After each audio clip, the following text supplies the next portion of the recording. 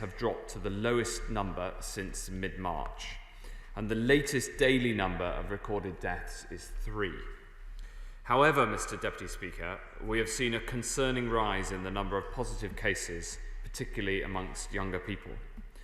And these figures serve as a salutary reminder that this virus is still very much with us and remains a threat.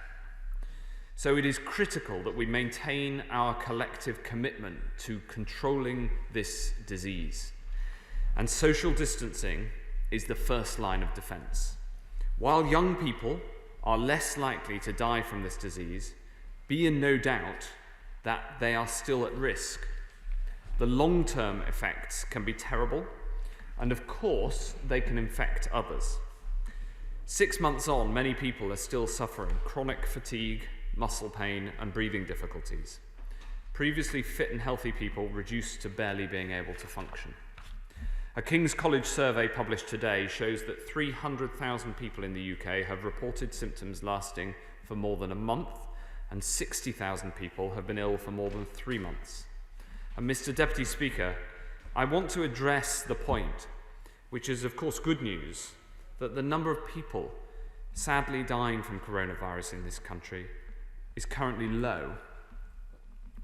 We've seen all across the world how a rise in cases, initially among younger people, then spreads, leading to hospitalizations and fatalities.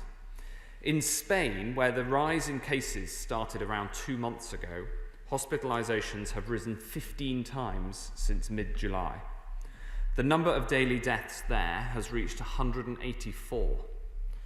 In France, hospitalizations have more than tripled in the same period. So this must be a moment of clarity for us all. This is not over. Just because we've come through one peak, it doesn't mean we can't see another one coming towards our shores.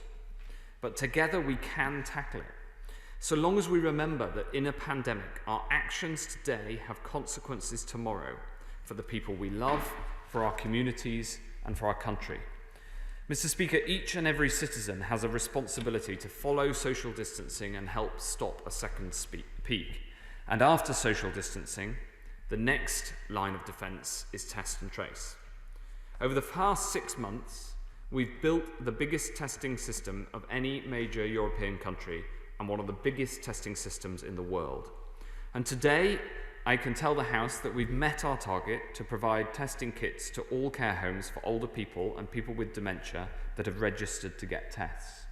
But I will not rest. We're working flat out to expand our testing capacity even further. Using existing technology, we're expanding our capacity right now, and we're investing in new testing technology too. Last week, I was able to announce £500 million for next generation tests like saliva tests and rapid turnaround tests that can deliver results in just 20 minutes.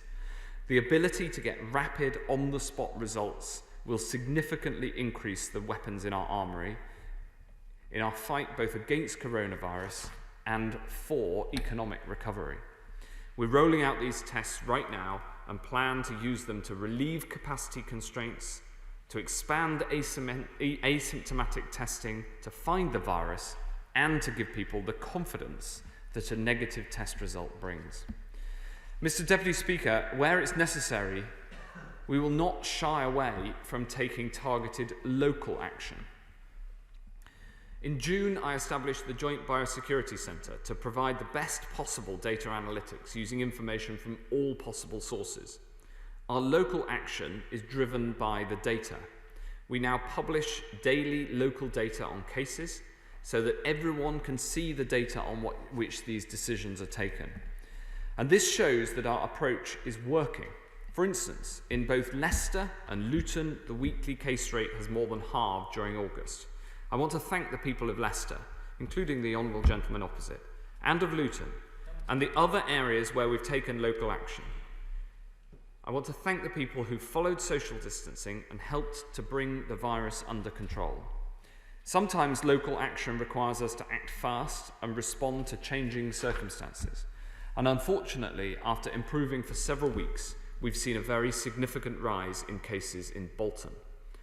Bolton is now up to 120 cases per 100,000 of population, the highest case rate in the country, and I'm publishing the data behind the decisions that we've taken.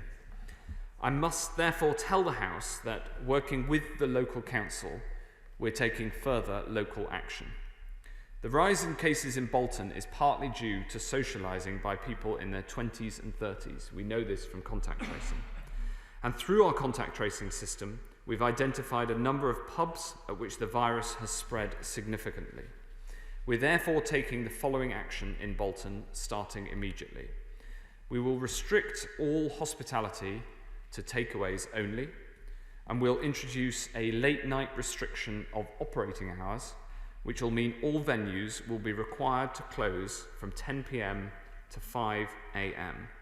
We'll introduce urgently further measures that put the current guidance that people cannot socialise outside their household into law. I want us to learn the lesson from Spain and America and France, not have to learn the lesson all over again ourselves through more hospitalisations and more deaths, and take this action locally in Bolton. But crucially, we all have a part to play. Young people don't just spread the virus to each other, they spread the virus to their parents and their grandparents. They spread it to those they come in contact with and to others who they love. Now, I know social distancing can be hard and how it'll be extra tough for students who will be starting university. But please, stick with it and play your part in getting this virus under control. Mr. Deputy Speaker, we're also putting in place extra measures, including visitor restrictions, to restrict the spread of virus into care homes and hospitals in Bolton. And I want to thank the leadership of Bolton Council, who are doing an outstanding job in very difficult circumstances. And I want to thank colleagues who represent Bolton in this House with whom I've discussed these measures. And I want to say this directly to everybody living in Bolton. I know how anxious this can be, and I know the impact that these measures will have. We're asking you to take a step back at a time when we all just want to get on with our lives and what we love and back to normal. But we need to take this crucial step to keep the virus at bay. Because as we've seen elsewhere, if we act early and control the virus, then we can save lives. Mr. Deputy Speaker, as well as controlling the virus using the tools we have now, we'll also do everything in our power to bring to bear the technologies of the future. Over the past few months, we've seen the pivotal role that technology has played in our response, like next-generation rapid testing and machine learning tools to help the NHS predict where vital resources might be needed, and the discovery here in the UK of the only 2 treatments known to save lives from coronavirus. We want to keep this momentum going, and so today we're also allocating £50 million from our AI in Health and Care Award, and this fund aims to speed up the testing and evaluation of some of the most promising technologies. Because through bringing new technologies to the front line, we can transform how we deliver critical care and services across the country. Finally, Mr. Deputy Speaker, the best way out of this coronavirus pandemic remains a vaccine. We've already announced that we'll roll out the most comprehensive flu vaccination programme in history this winter. We now have agreements with 6 separate vaccine developers for early access to 340 million doses of coronavirus vaccines, and we will use every method at our disposal to get as many people protected as possible. Mr. Deputy Speaker, this virus feeds on complacency, and although time has passed since the peak we saw in the spring, the threat posed by the virus has not gone away. So now, with winter on the horizon, we must all redouble our efforts so we can get this virus on the back foot. And I commend this statement to the House. Jonathan Ashworth. Thank you, Mr. Deputy Speaker, and I thank the Secretary of State for advance sight of his statement. There can be no question that the rise we have seen in recent days in case numbers is deeply worrying. I agree with the Secretary of State this is no time for complacency, that those who suggested this could be over by Christmas were foolish, and that we should be doing everything we can, taking every reasonable measure possible to utterly suppress this virus. It is indeed a very dangerous virus, and I'm pleased that he and his department have recognised the condition of long COVID. We probably need a better term for it, but I've recognised that many people get long-term conditions as a result of this virus, and I'm pleased about the emerging research into that.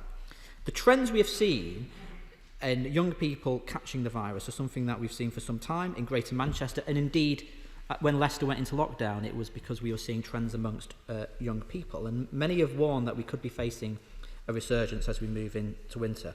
Specifically on Bolton, can he confirm that he has just announced that in announcing the pub closures and other hospitality sectors across Bolton, whether that has been discussed and agreed with the Mayor of Greater Manchester?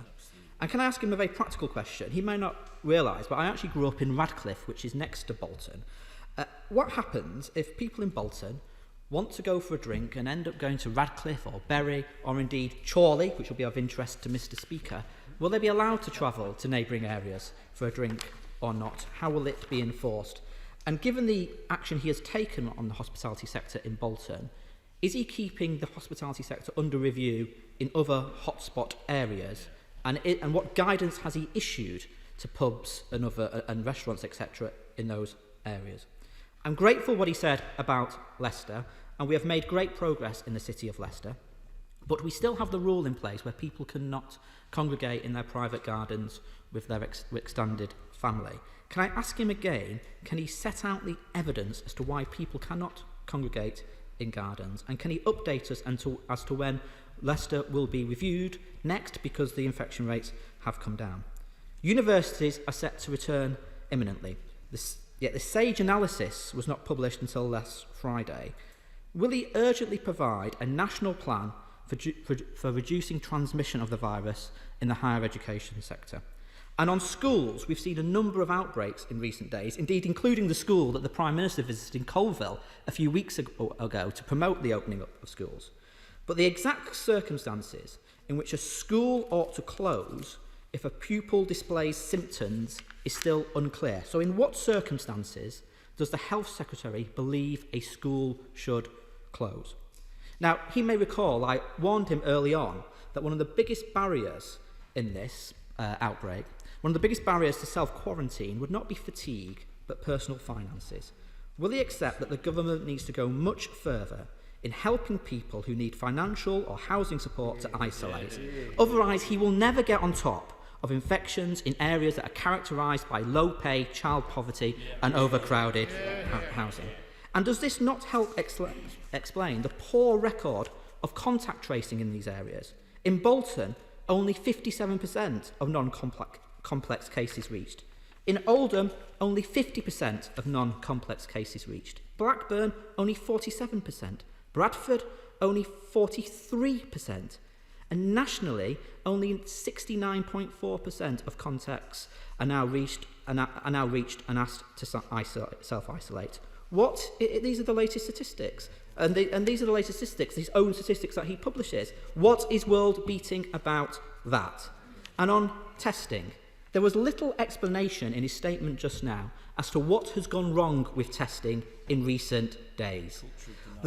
He tells us we're supposed to have capacity for around 300,000 tests a day, around 100,000 of that is supposed to be antibody tests. What is the current capacity for testing at the moment? How many PCR tests are available at the moment?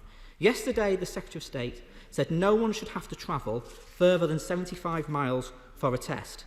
But for many people, such as the 20% of home care workers on zero-hours contracts, taking a 150-mile round trip for a test simply isn't feasible. And indeed, at the moment, it's not even possible. Last night it was reported there were no tests in London. People in Kent were asked to travel to Cardiff. In Denton, they were advised to visit Llandudno. In Leicester, someone was advised to head north to Edinburgh. But in Devon, helpfully, people were told they only need travel 20 miles.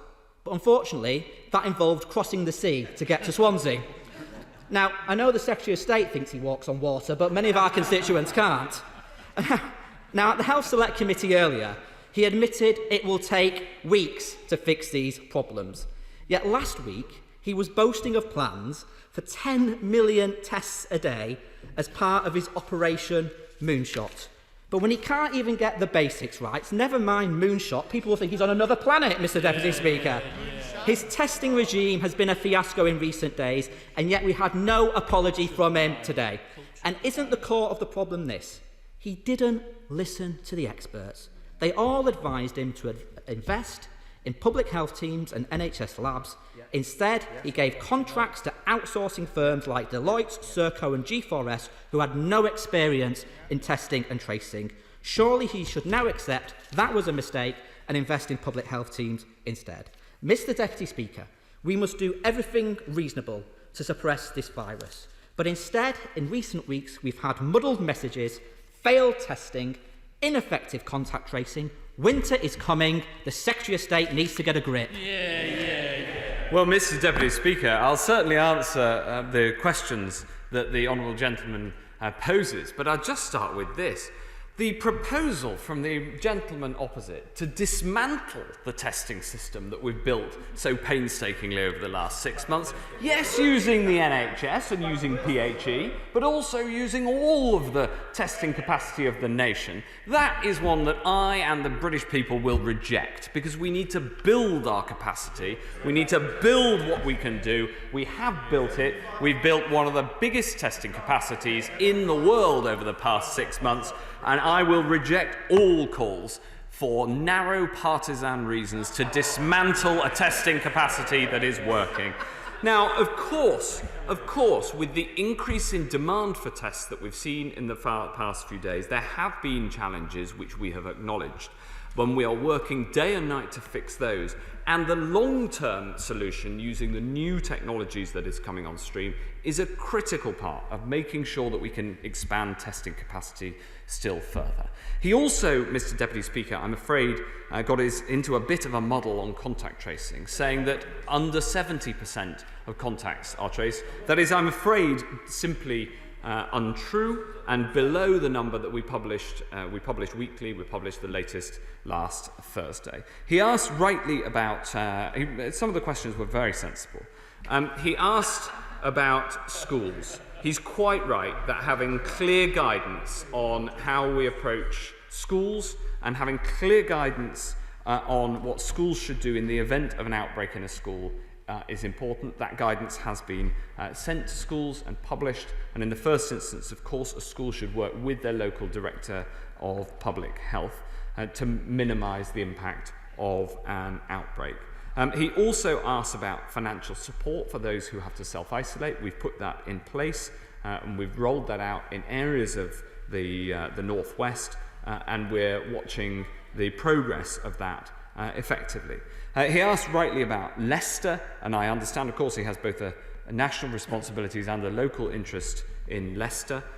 Leicester has gone, the local lockdown in Leicester has resulted in a very significant drop in the number of cases, and we take a formal review of the measures in Leicester on Thursday, and I will be certain to talk to him in advance of that and take his local intelligence and views into account.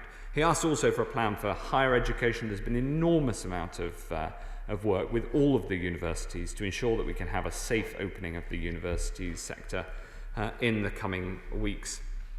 And finally, on Bolton, I'm glad that he started his response in a constructive form about the measures that we have to take in Bolton.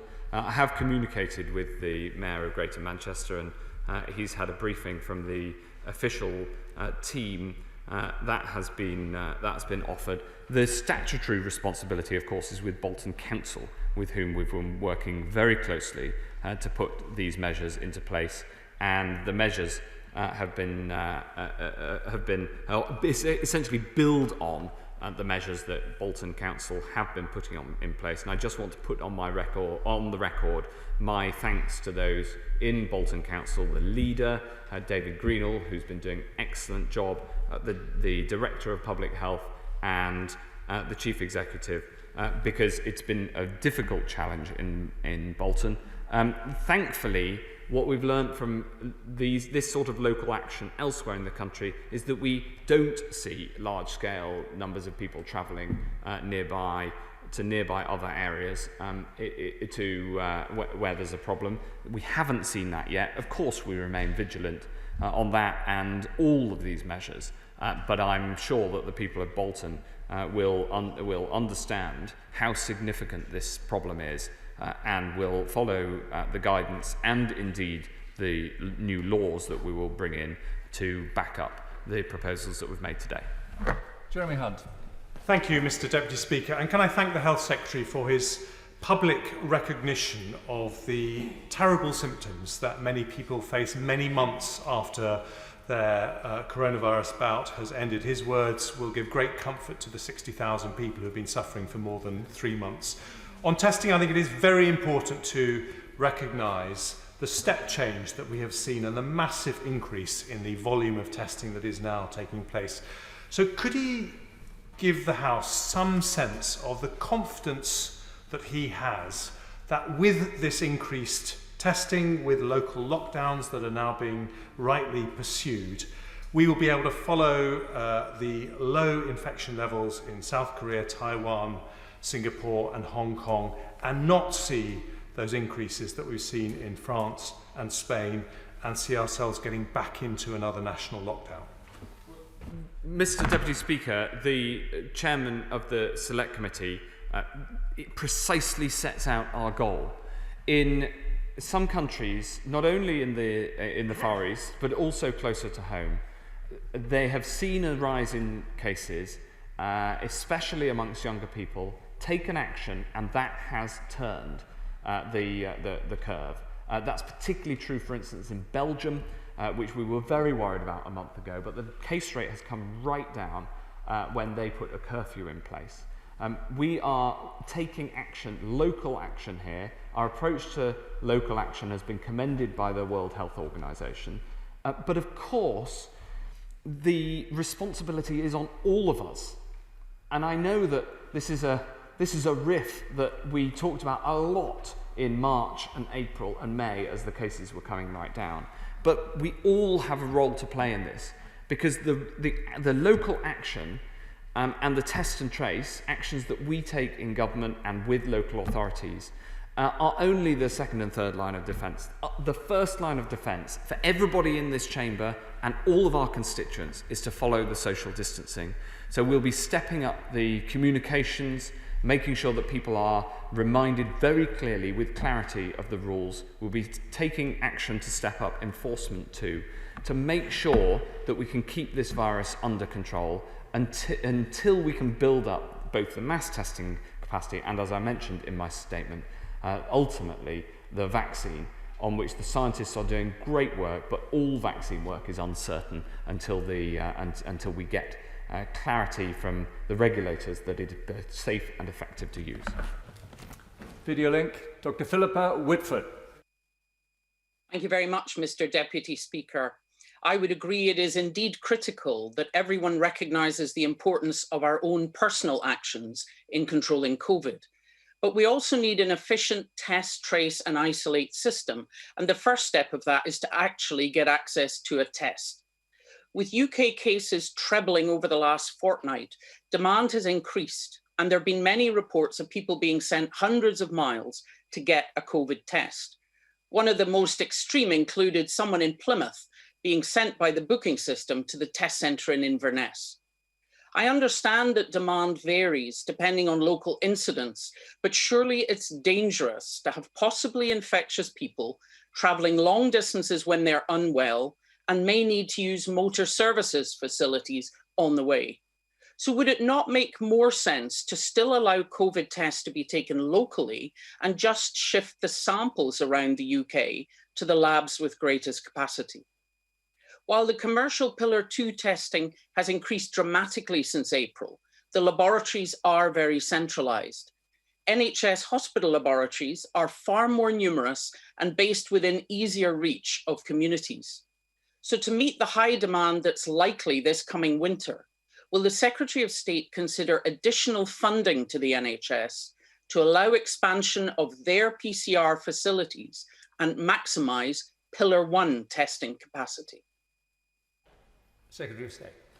The answer, Mr. Deputy Speaker, is absolutely yes. to that last question. She's quite right that expanding the NHS capacity as well as expanding the so-called Pillar 2 capacity is right. And I think we sometimes have robust exchanges, the spokesperson for the SNP and I, but on this she's completely right. It's an and together strategy of having the Pillar 2 mass testing across the board and expansion of NHS capacity, and I'm working as closely as I possibly can with Jean Freeman, my opposite number in the SNP government in Edinburgh, to deliver that as effectively as possible right across the UK.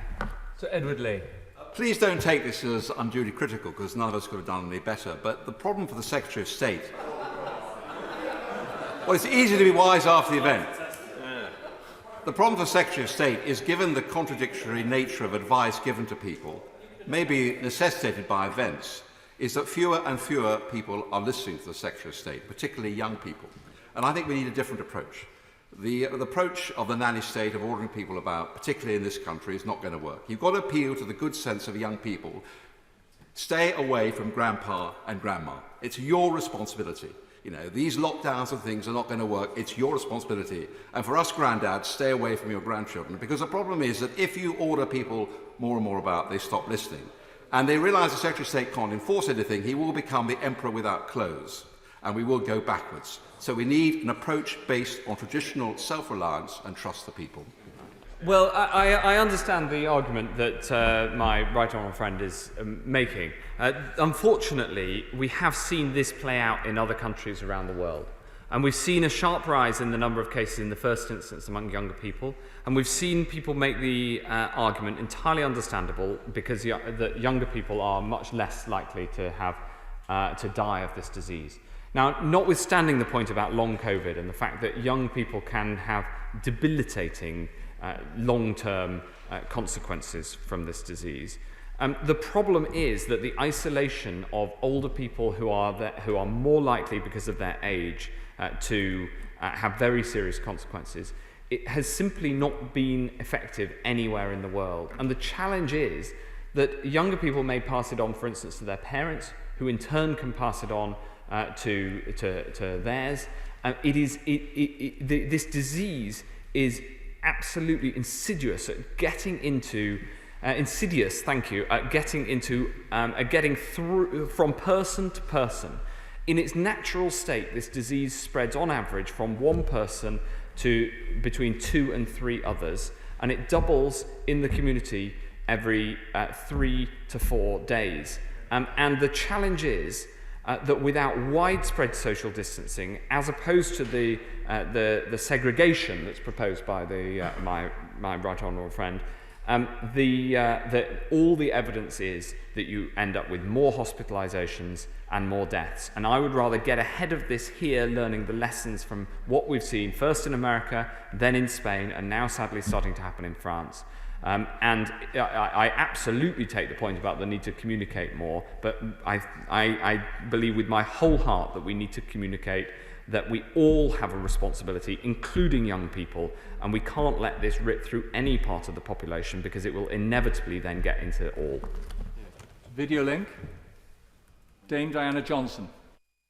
Thank you, Mr. Deputy Speaker. Today in Hull, prospects of getting a timely local COVID-19 test are patchy. People are being sent as far away as Leeds and Withensea. So how can it be right that local councils like Hull, with statutory public health responsibilities, are being kept completely out of the loop in sorting out local testing problems in a system which seems all about protecting Deloitte, G4S and the noble Baroness Harding, rather than having that joined up national and local system that safeguards public health during this pandemic? I'll do everything that I can to solve the problems and the challenge of having more demand than supply in capacity for testing everywhere in the country, including in Hull. But I'm afraid that trying to split off and split according to their employer the different people who are working on this, whether that's in local authorities, in the local NHS, in Public Health England, or in the private sector parts of this delivery, is just not going to help. in fact, it will make the problem worse. It was a pity to hear it from the Honourable Gentleman, the Shadow Secretary of State, because he's so often a very sensible person. And what we've got to do instead is all work together to solve these operational problems. Anthony Magnal. Thank you, Mr. Deputy Speaker. I congratulate the Secretary of State for the positive elements of his statement, but he will know all too well that rural communities have lived in fear over the last few months, especially during lockdown. He and the Chancellor have made a great deal of money accessible and available through the budget. Can he provide further funding for our rural healthcare network as we enter winter, not only to ramp up testing, but also to deal with those cases that have not been diagnosed and operations not undertaken? My honourable friend makes a very important point that, especially in parts of the world like the Southwest, we have got to make sure that we get the treatment out to and we get the recovery of the NHS from COVID, so that people who've been waiting for operations that might have been delayed and might necessarily have been delayed because of the pandemic, that we can get that going again. We have a goal. The NHS has set a goal of getting back to 95% of these elective operations, including the fund, and they put with it the funding to make that happen. And we've got to make that happen, especially in rural communities and right across the country. Clive Betts. Thank you, Mr. Deputy Speaker. The Secretary of State says we all need to work together, and I'm sure he will agree we need to make better use of the excellence of public health officials at local level. Now, the Director of Public Health in Sheffield, Greg Fell, has said to me there are two obstacles to doing that. One, of course, is the need for more resources from the centre to enable local level activity to take place. But secondly, he says that local authorities like Sheffield haven't got full access to the data under the CTAS system. Currently, they only have access to the case management element of the system and not to the contact management element. And that second element is only made available to authorities on the watch list. Will he now remove that obstacle and make sure that all authorities who really want to engage fully in this are enabled to do so? The honourable gentleman makes an important technical point that I'll take away and look at. Stephen Hammond. Thank you, Mr. Deputy Speaker. Can I say to my right honourable friend, I really welcome the announcement about the increase in testing capacity, the comprehensive flu vaccination programme, and of course the early access to coronavirus vaccines. But you will have heard, obviously, there are some problems about access and availability. Can he set out what plans he has to overcome those operational difficulties so that it is available to people both at local centres? Yes. In the short term, we've seen a rise in demand for testing, and the capacity, the supply, has been increasing too. We had some short-term problems with contracts, and before the summer I came to the House and described the problem with a particular contract to do with the swabs and the cleanliness of the swabs. But the bigger challenge is to make sure that capacity stays ahead of demand. And when demand has gone up quite sharply, we need to make sure that capacity expands. There's two ways to do that. The first is more expansion on the current technology, which we're doing both within the NHS, as the SNP spokesperson correctly called for, and also using more private sector capacity, the combination of the two. The second, though, where we can really break through this is with the new generation of tests, which are much easier and much better value for money and easier for people to use. And so the combination of trying to drive up capacity in the existing system, as we have been doing for months and months, and then bring on stream these innovative new tests, it's the combination of the two that we're trying to pull off. Your call lists have got the party of Mr. Smith wrong. He is from the SNP. Alan Smith. Thank you, Mr. Deputy Speaker. Like many people in Scotland, I'm a former Labour supporter and I switched to the SNP some time ago. If I was in England, I would be, but I'm in Scotland, so I'm SNP. Mr. Speaker, I've much sympathy for the Secretary of State, who's doing a difficult job at a difficult time, and if he's promoting a precautionary approach, he'll allies on these benches. So, that said, would he agree with me that the exhortations from the Prime Minister to get people back into crowded transport systems, crowded city centres and congested offices is irresponsible at this time and undermines his public health messaging? It is incredibly important. It is incredibly important that people have the confidence to know that when workplaces are COVID secure, then it's safe to go to them. and trying to get through this pandemic, protecting as much as is possible the education of our young people and the livelihoods of people in work, whilst keeping the virus under control, is a difficult and challenging balance, but it is the right balance to be attempting to strike. And he might note that both the actions of the Scottish Government and the actions that we're taking locally, for instance today in Bolton, they do have economic consequences, and I regret that, but they are targeted as much as possible on reducing the social activity, which is where we're increasingly seeing the transmission. James Cartledge. Thank you, Mr Deputy Speaker. We've heard from Prostate Cancer UK today of further evidence of how the original national lockdown impacted detrimentally on cancer referrals and other aspects of cancer care. I entirely accept that was unavoidable because of the necessity of protecting the NHS through the peak of the pandemic in the spring. But as we move to a new phase of local rather than national lockdowns, hopefully, can he assure me the NHS will do everything possible to ensure that rising numbers do not again translate into a negative impact on those with other conditions that can, after all, also be fatal? Yes, absolutely. And my honourable friend makes an incredibly important point with which I agree wholeheartedly. The backlog that was caused by the inevitable and unavoidable, as he put it, delays to treatment in the peak, that has more or less halved, which is good news. So there's progress. And we've put in place, we've changed the NHS to essentially be split between sites that are COVID secure and sites where there may be COVID. And that will help us to protect cancer treatment as we go forward, exactly as he asked for. Manira Wilson.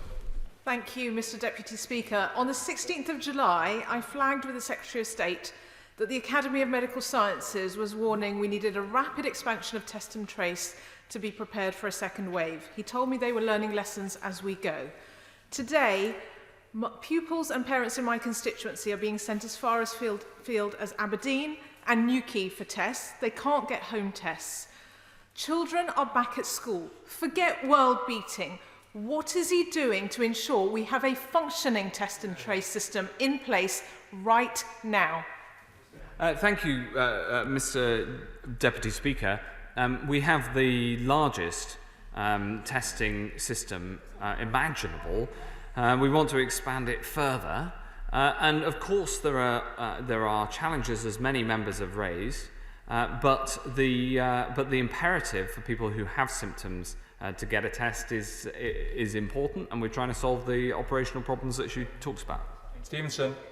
Mr Deputy Speaker, I was saddened yesterday to hear that because of a rise in local cases, care home visits in Wolverhampton are to be severely restricted again. I have a dear friend, Felicity, who lives in a care home without regular visits from family and loved ones. Her mental health and well-being has declined very noticeably over the past months. I absolutely recognise the heroic efforts of care home staff, but how can we facilitate safe family visits so that care home residents can enjoy quality of life? Well, Mr Deputy Speaker, my honourable friend asks an incredibly important question with great sensitivity, and the decisions over the visitor arrangements for care homes are rightly made by the care home in consultation with their local Director of Public Health according to the local risk. And I do want, of course, to see as much visiting as possible and to see it done safely. This is the difficult balance that needs to be struck, not least because of the negative health impacts, both mental and frankly physical, of the restriction of visiting to care homes. And I also very much hope that as testing expands, we'll be able to use that more and more to provide for safe visiting. Nick Smith. Mr Deputy Speaker, looking to the long term, obesity is a leading risk factor for contracting COVID-19, and problems with obesity usually start in childhood. Now, by this year, the government was aiming to reduce sugar by 20% in the food products most popular with children. But Public Health England's 2019 review on this showed a sugar reduction of just 2.9%. So the government's clearly way off track. Why hasn't this 20% ambition been met? Well, I entirely agree with the premise of the question, which is that tackling obesity is critical for the long-term health of people, and that has been highlighted yet further because of the impact of obesity on the likelihood of you dying from COVID if you get it. Of course, I want to see that sugar reduction. The sugar tax has had a very significant impact on the areas that it covers, and we've got a wider obesity strategy that the Prime Minister set out in July to drive forward this agenda. In Russell. Thank you, Mr Deputy Speaker. Across Watford and across the entire UK, there have been volunteers who've been going out on the front line and helping our NHS, our brave NHS workers. One group I met with recently was St John Ambulance, and they were explaining to me that the red tape that would have been in place a year ago would have made it impossible for them to be able to help. And now they've been able to cut through that during the COVID crisis.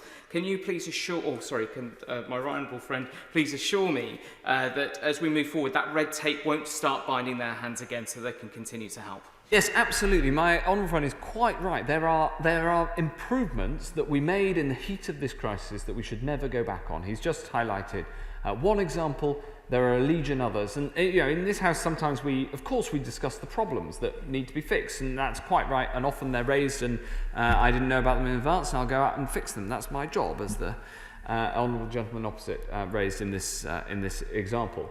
But we should also note where things have gone well because of changes, and be clear that we won't be going back on that. Sarah Sultana. Mr Deputy Speaker, this month more than 1 million students are moving to university for the new academic year, and I welcome the thousands who will be joining Coventry University and the University of Warwick, both in my constituency. Both Sage and Independent Sage have warned that the government needs to get a grip and work to minimise the risk of this leading to more COVID-19 spreading. So will the Secretary of State work with his colleagues to support universities, heed the recommendations of scientists, the University and College Union, the National Union of Students, including the recommendation to move to remote learning as default? Well, we're working, Mr Deputy Speaker, very closely with the university sector, including the 2 universities that she mentions, to make sure that we can get the universities open and get that done in a COVID-secure way. There will be more. Thank you, Mr Deputy Speaker. From today, indoor gyms and dance studios are now able to open in Keighley. So can I thank my right honourable friend for this move, as I know it comes as a welcome to many. I have, however, been contacted by many shop owners who, unfortunately, are being verbally abused when reminding customers to wear face coverings. Will my right honourable friend join me in calling for all to adhere to the basic rules of washing hands, wearing face coverings and social distancing? Yes, and people will be hearing far more about this. Hands, face, space. It's really simple. Wash your hands, wear a face covering when you need to, and keep that social distance. That is the responsibility of everybody to help us control this virus. Video link. Mr Deputy Speaker, the Secretary of State has had 4 months to respond to a letter I sent as the chair of the APPG on cancer, requesting a national cancer recovery plan. Of course, I recognise the extreme strain of COVID-19 put on the NHS and his department, but people living with cancer, diagnosed and yet to be diagnosed, have been left in limbo. Mr Deputy Speaker, when will the Secretary of State respond to my letter, and when will he make public his government's National Cancer Recovery Plan? Mr Deputy Speaker, I'll respond right away. I'm very glad that she's raised this issue.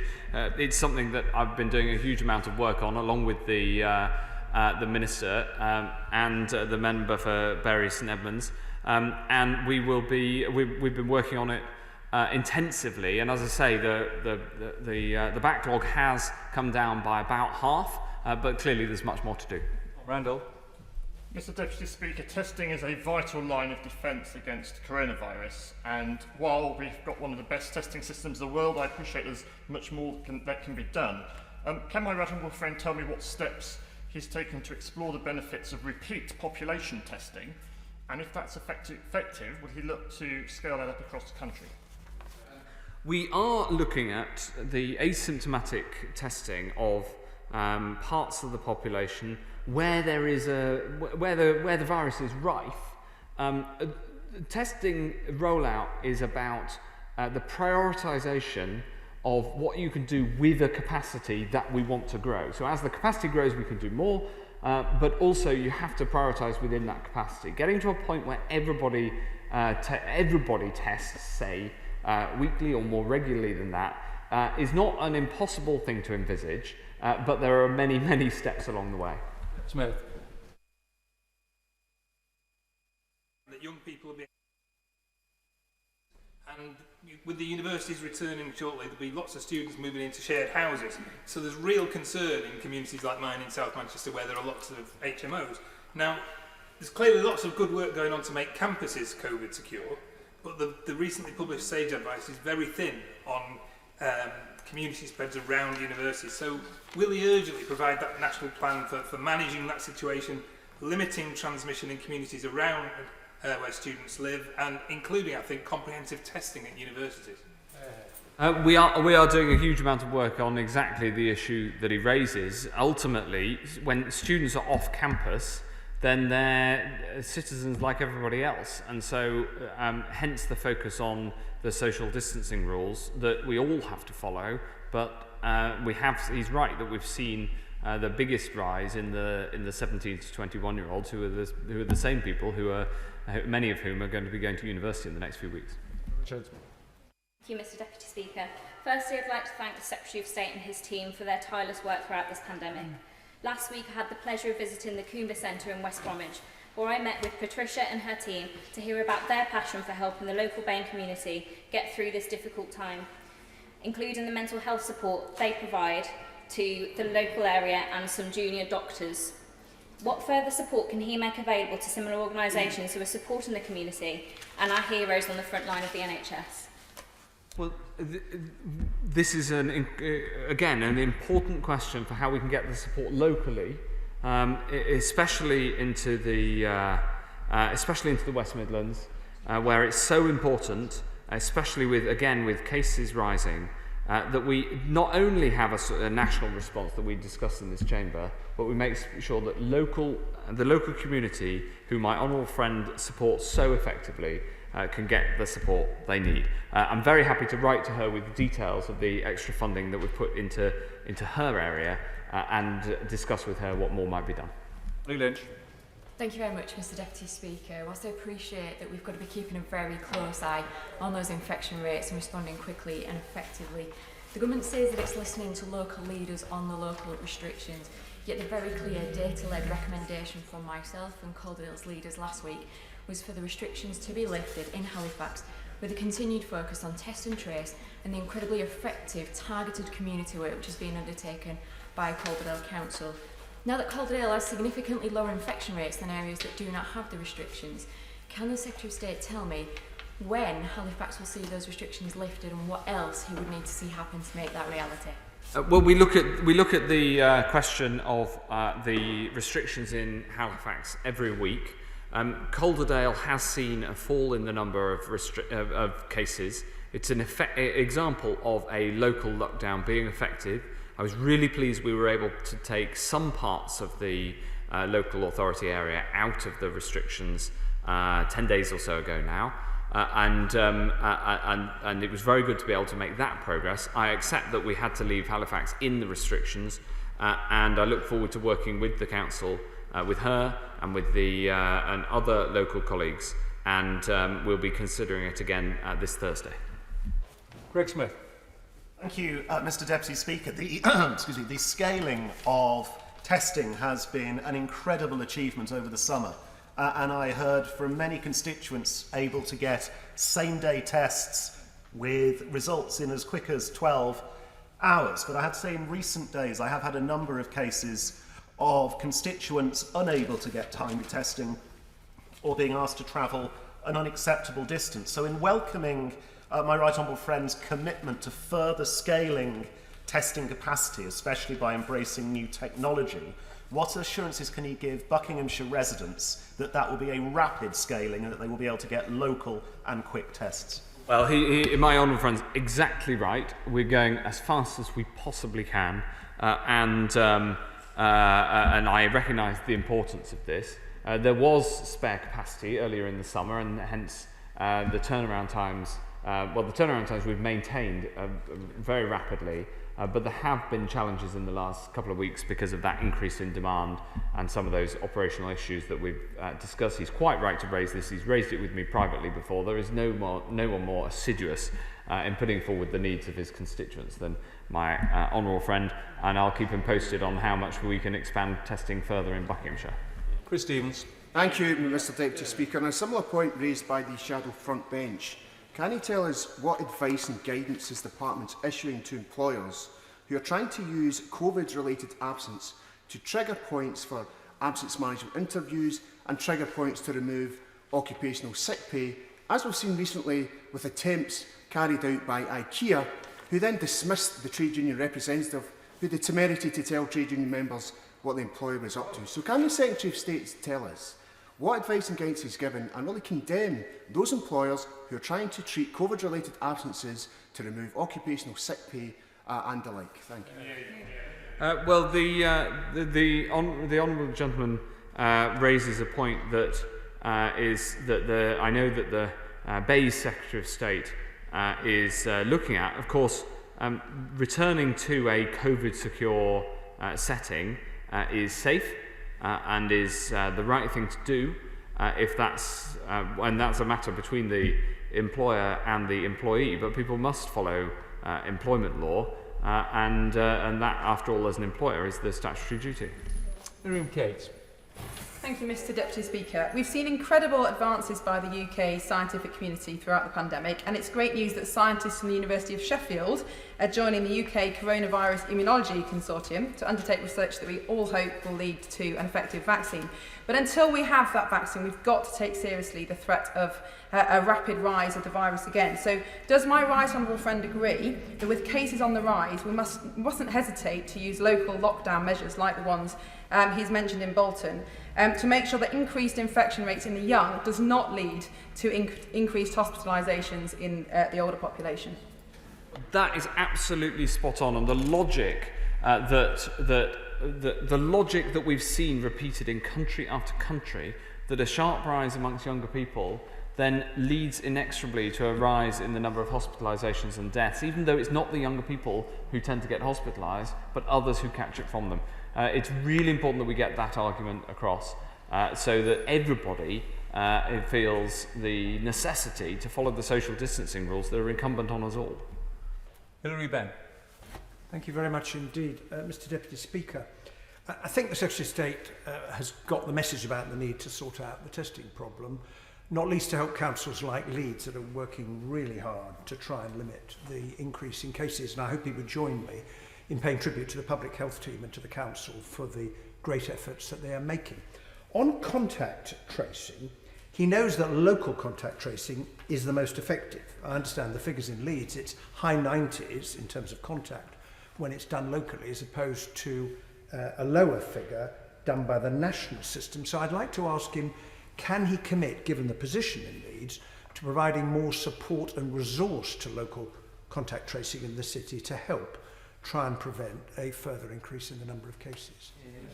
Well, absolutely, we're putting more resources into that local end of the contact tracing, but it is one system, and I'd just stress to him that fact. I think he's slightly made the same category error that the honourable gentleman on the front bench opposite made, in that if you count contact tracing results from institutional settings within the local categorisation, then of course the number of contacts that you reach is higher, because it's so much.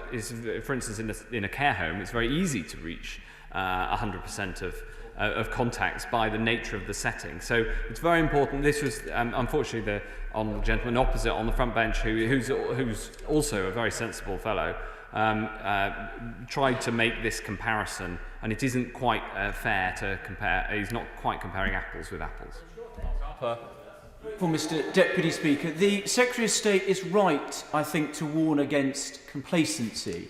And I think perhaps if we were to be careful to urge people, to remind people we're in this for the long haul, I think that would be wise. Can I just ask him a question about testing?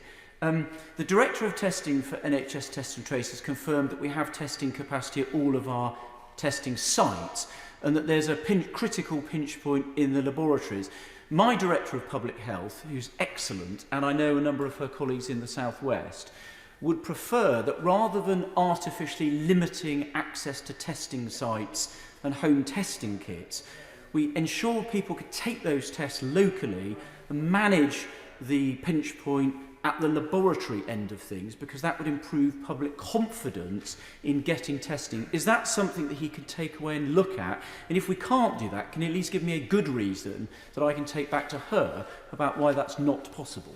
The good reason is that if I entirely understand the point, and I can see the argument that's being made, that the challenge is that since lab capacity is what we need more of, if you take more swabs locally and then send them in to the lab, you've got to have the lab capacity to be able to turn them around. So otherwise you get much slower response, and the slower response means that you're not getting back to people fast enough for them to be able to act.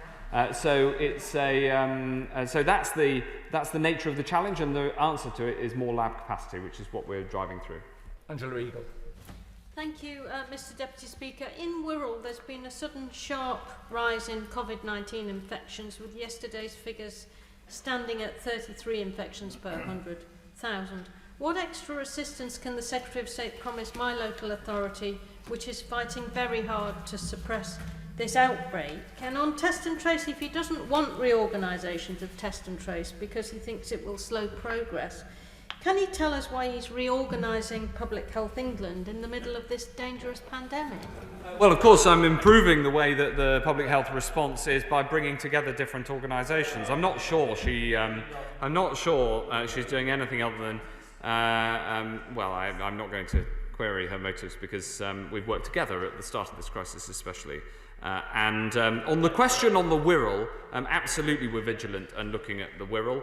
That'll be considered in the JBC Silver meeting tomorrow, and JBC Gold on Thursday. And the part of the improved data that we have now compared to a few months ago means that we will be able to pinpoint where the problem is, and working with the council, make recommendations on what action needs to be taken. Dr. Julian Lewis. Can my right honourable friend explain to the House exactly which are the main factors that give us a reason for the fact that although the level of infection often continues to rise, the numbers of deaths is now so absolutely small?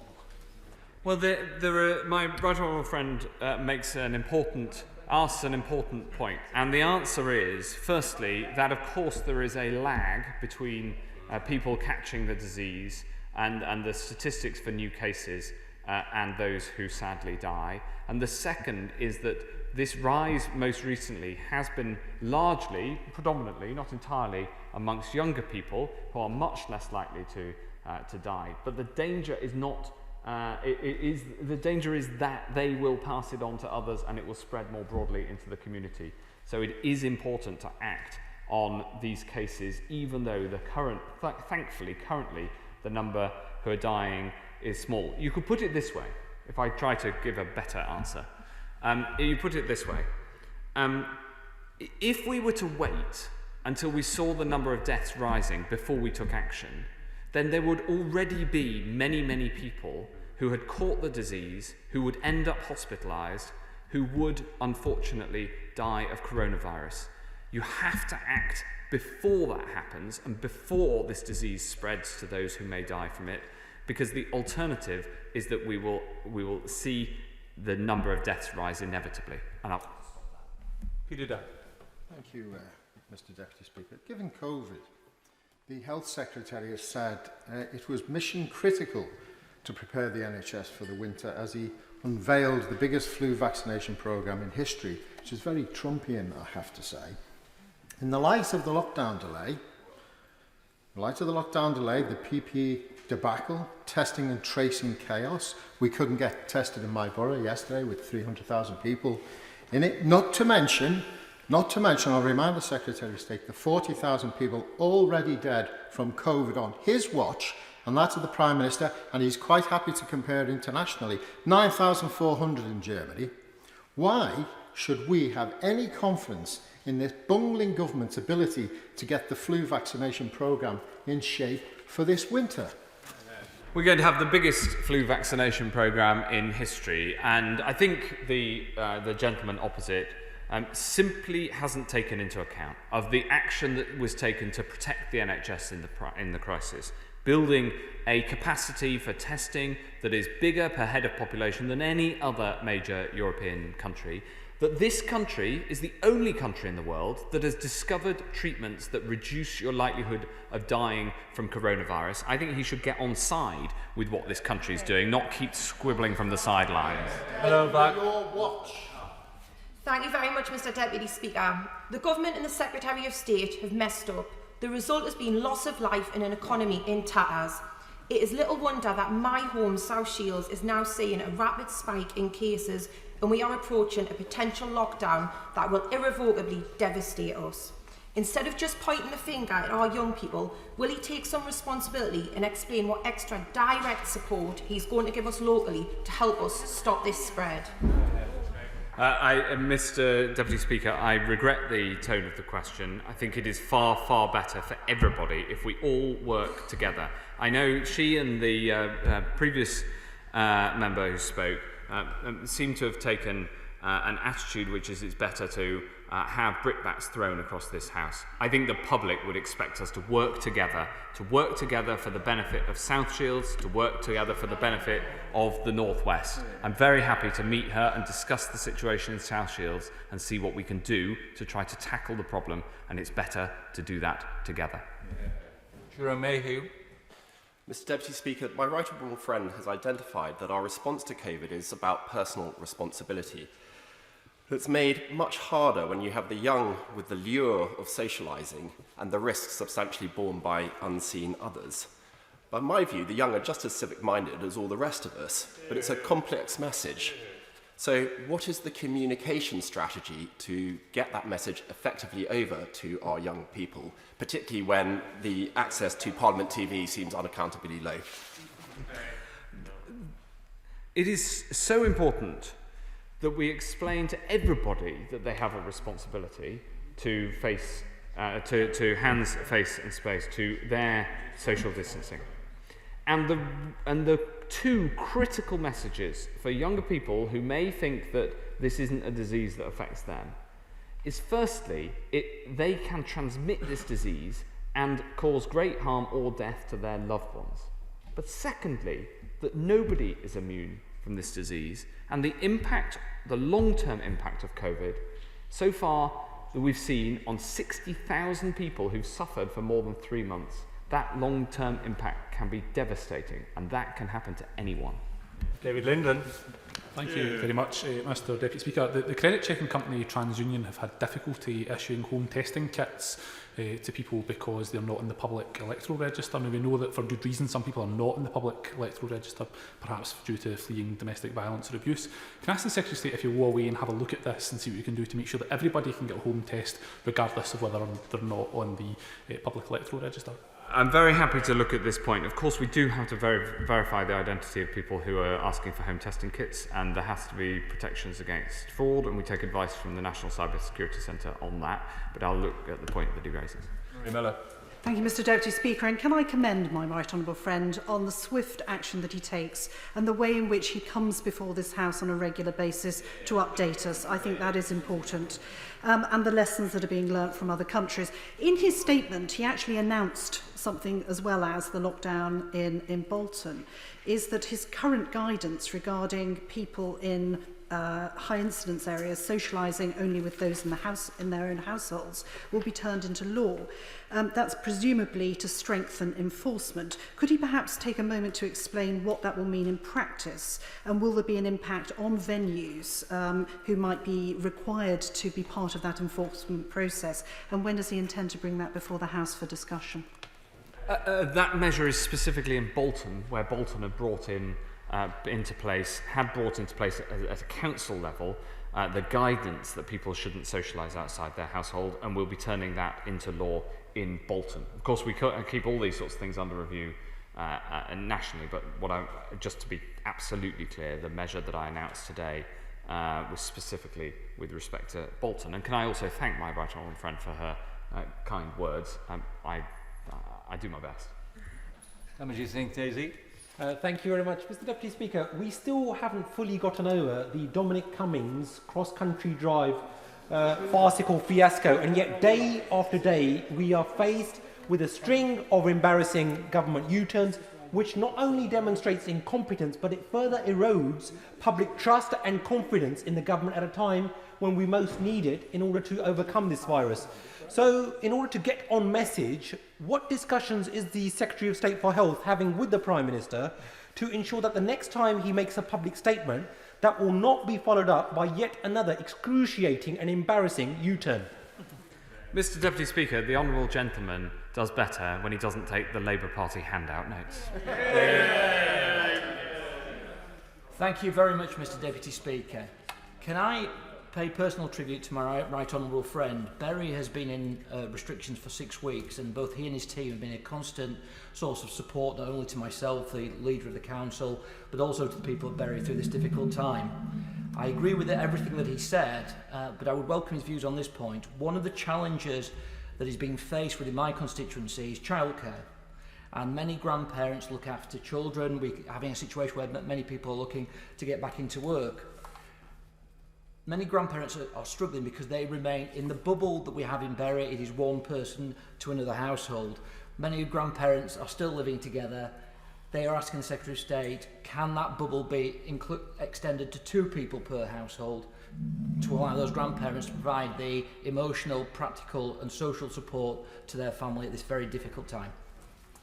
I do understand why grandparents in Bury and across the country want to see this happen. The challenge is that the support bubbles are there primarily so that when people are living on their own, they can get that emotional and mental health support from having some people who they can closely communicate with, whereas of course a couple living together have each other for that. The challenge in terms of childcare is that whilst children are very, very rarely have any negative impacts of COVID themselves, they can transmit the disease, and grandparents are at risk if they're typically over about 70. And so we are quite cautious about encouraging grandparents to look after their grandchildren because of the problem of transmission. So that's the challenge that we're trying to address, but I do understand why people want to see this. Barry Gardner. On the 3rd of July, the Secretary of State said that asymptomatic testing in residential care homes would give staff the confidence to continue with their work. Yesterday, the Transport Secretary said that Public Health England now believed that asymptomatic testing might only capture 7% of those who were infected, leaving 93% of those infected to go about their business. If asymptomatic testing is as confidence building as the Secretary of State says, and if a care home is a goose and an airport is a gander, why is the source of asymptomatic testing not good for both of them? The question about the timing of the test. So the proposal for care homes is for repeat asymptomatic testing. As I said in my statement, we got test kits out to the eligible care homes. The challenge for asymptomatic testing at the border is that if you just do it once, that doesn't give confidence. So the proposal with which we're working with the industry is a way to do that with repeat testing. To test that later, people haven't developed symptoms that they might have been incubating previously. Wycliffe. Thank you, Mr Deputy Speaker. In recent weeks, my constituency of Hamburn-Hassenden was removed from local restrictions, and I'd like to put on record my heartfelt thanks to all of my community. That is why we have now fallen in line with the national picture, and I'd also like to thank everybody in the department and the Secretary of State for being so responsive throughout. But can the Secretary of State please press that local resilience forums and local outbreak management boards set out and publish the criteria used to make their decisions for areas moving to higher or lower levels of restrictions, so that the decision making is fair, consistent, transparent and justifiable to constituents? I will absolutely take forward the proposal that my honourable friend rightly makes, and she has been an unbelievably hard-working and assiduous voice for her community in Hyndburn. We've had a lot of contact during a difficult period, and I want to join her in paying tribute to the people of Hyndburn who have followed social distancing, brought the case rate right down. It's another example of local action that has worked, but we must remain vigilant because, of course, the area of East Lancashire, close as it is to Greater Manchester, that is an area where we have seen a lot of cases, including, as I say, today in Bolton. But she has done her area proud in the way that she's represented them and made the case for them during this very difficult period. Isabel Roberts. From 6 p.m. today, Caerphilly will become the first area of Wales to enter a local lockdown. Does the Secretary of State agree with me that Wales urgently needs more financial powers to support people affected by these necessary precautions? Well, Mr. Deputy Speaker, I'll speak to my opposite number in the Welsh Government about that suggestion. I know that taking action taking local action, whether it's in Caerphilly in Wales or whether it's in and around Glasgow and Aberdeen in Scotland, or of course in parts of England, which is my responsibility when it comes to the local action, we only take this action with a heavy heart and when it is necessary. And finally, Wayne David. As the Secretary of State has just indicated, he's aware of the situation as it's developing in Caerphilly in my constituency. But will he give a commitment to ensure that he works as closely as possible with the Welsh Government to ensure that they are effective in dealing with this situation? Yes, I absolutely will. The UK Government and the Welsh Government working together is incredibly important. We have weekly calls and Vaughan Gething and I speak and are in contact regularly. I support the action that he has had to take, as I say, with a heavy heart, but it is necessary action. And my message to the people of Caerphilly, who are so ably represented in this House, is that this action and following the local rules, the stricter local rules, is absolutely critical to getting this virus under control locally and to protecting people themselves and protecting their loved ones. I'd like to thank the Secretary of State for his statement today. Thank you. Before I take the point of order from Maria Miller, those leaving the chamber, please do so with care and socially distanced. Point of order, Maria Miller. Thank you, Mr. Deputy Speaker. And in Foreign Office questions today, a number of members raised the plight of the people of Belarus. And indeed, yesterday we saw the remaining opposition leader, Maria Kolesnikova, kidnapped. And I welcome the Minister's updates in questions, but it's no substitute, Mr. Deputy Speaker, for a proper debate on this issue and indeed a range of others. So could you advise me as to how we can reinstate Westminster Hall debates? Because it really strikes me that there is no reason why those debates can't start up so that we can have more of an opportunity for this Parliament to play its full and proper role, not just in domestic affairs, but international affairs as well. I'd like to thank the Right Honourable Lady for her point of order and also giving advance notice to the Chair. And I can understand her anxiety. There are a number of issues, including Belarus, that people would like to raise in this House. And it's up to the Government to provide time in this chamber. And we get that with the backbench business, which, of course, we've got an example of that later this week. But nonetheless, I do understand the anxiety that she is stating. And indeed, as far as backbench business is concerned, there's always going to be more demand than there is supply. But if we understand rightly from the Leader of the House, the intention is to bring back Westminster Hall from the 5th of October. That was the plan. And that's what we hope will happen in order that more members will get more opportunities to raise the issues that are important to them and their constituents. Thank you. I'm now going to move to the presentation of bills. Presentation of bill in the name of Secretary Robert Jenrick. Mr. Clark. Mr. Knowles.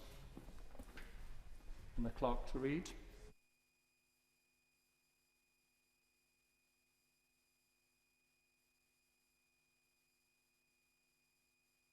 Second reading what day? Tomorrow. Tomorrow. We will now suspend for 3 minutes.